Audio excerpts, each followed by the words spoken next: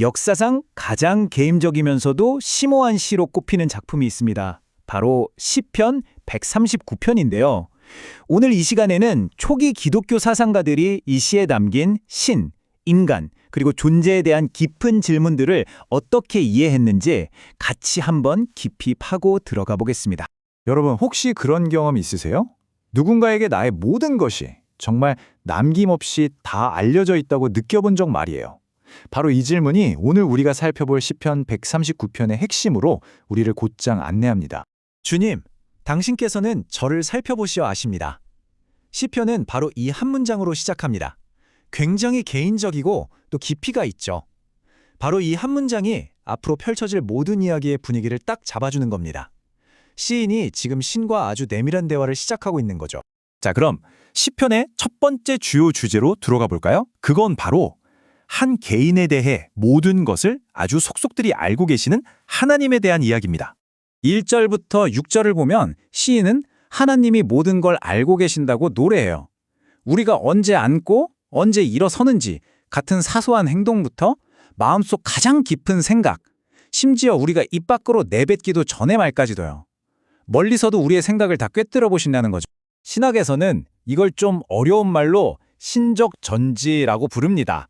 말 그대로 신께서 모든 것을 아는 지혜를 가졌다는 뜻이에요. 과거, 현재, 미래는 물론이고 한 사람 한 사람의 가장 깊은 생각까지 전부 다 아신다는 개념이죠. 이 개념을 먼저 이해하는 게 중요합니다. 여기서 히포의 아우구스티누스가 정말 흥미로운 점을 짚어내요. 뭐냐면 우리는 우리 자신에 대해 잘 안다고 생각하지만 사실은 한계가 있다는 거죠. 그에 비해 우리를 만드신 창조주는 우리를 완벽하게 알고 계시고요. 그의 말처럼 우리는 창조주보다 우리 자신을 덜 봅니다. 다시 말해 나보다 나를 더 잘 아는 존재가 있다는 뜻이죠. 자, 이제 다음 주제로 넘어가 볼게요. 이번에는 이 광활한 우주 그 어디에서도 하나님의 존재를 피할 곳이 없다는 생각, 그리고 그 앞에서 시인이 느꼈던 경외감에 대해 한번 살펴보겠습니다. 신은 하늘 가장 높은 곳에서부터 땅속 가장 깊은 곳까지 하나님이 안 계신 곳이 없다고 노래합니다. 이런 아름다운 시적인 표현들은 편재, 그러니까 하나님이 어디에나 존재하신다는 개념을 정말 생생하게 보여주고 있어요. 시인은 상상할 수 있는 극과 극의 공간을 넘나들면서 이 개념을 노래하는데요. 먼저 상상할 수 있는 가장 높은 곳, 하늘로 올라가도 하나님은 바로 그곳에 계십니다. 그럼 그 정반대, 가장 낮은 곳은 어떨까요? 가장 깊고 어두운 죽음의 공간이죠. 저승의 자리를 편다고 해도 놀랍게도 하나님은 거기에도 계십니다. 빛과 어둠, 삶과 죽음의 경계가 완전히 무너지는 순간이에요. 하나님의 존재는 그 어디에서도 피할 수 없다는 걸 이렇게 강조하는 거죠.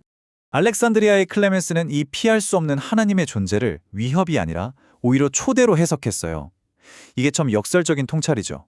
어차피 숨을 수 없다면 차라리 그분께로 도망쳐서 피난처로 삼아야 한다는 거예요. 숨을 곳이 아니라 기댈 곳을 찾으라는 말입니다.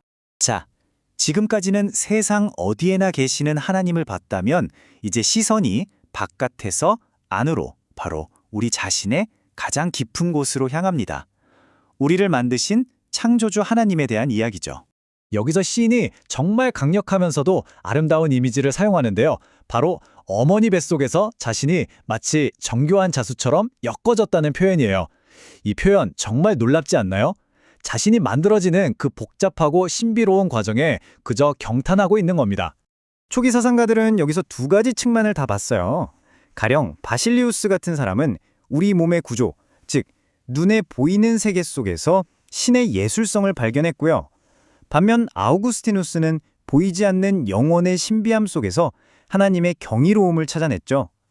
보이는 것과 보이지 않는 것, 육체와 영혼 모두가 신성한 창조의 작품이라는 통찰입니다. 그런데 여기서 시의 분위기가 갑자기 정말 확 바뀝니다. 지금까지의 경이로움과 찬탄과는 전혀 다른 하나님의 적들을 향한 아주 거친 기도로 급격하게 전환되거든요. 시인은 이렇게 묻습니다. 주님, 당신을 미워하는 자들을 제가 미워하지 않을 수 있겠습니까? 여러분은 이 구절을 들으면 어떤 생각이 드세요? 겉보기에는 좀 폭력적으로 들릴 수도 있고 당황스러울 수도 있죠. 초기 사상가들도 이 감정을 어떻게 이해해야 할지 깊이 고민했습니다. 그래서 교부들은 이걸 그냥 미워한다는 말 그대로 받아들이지 않았어요.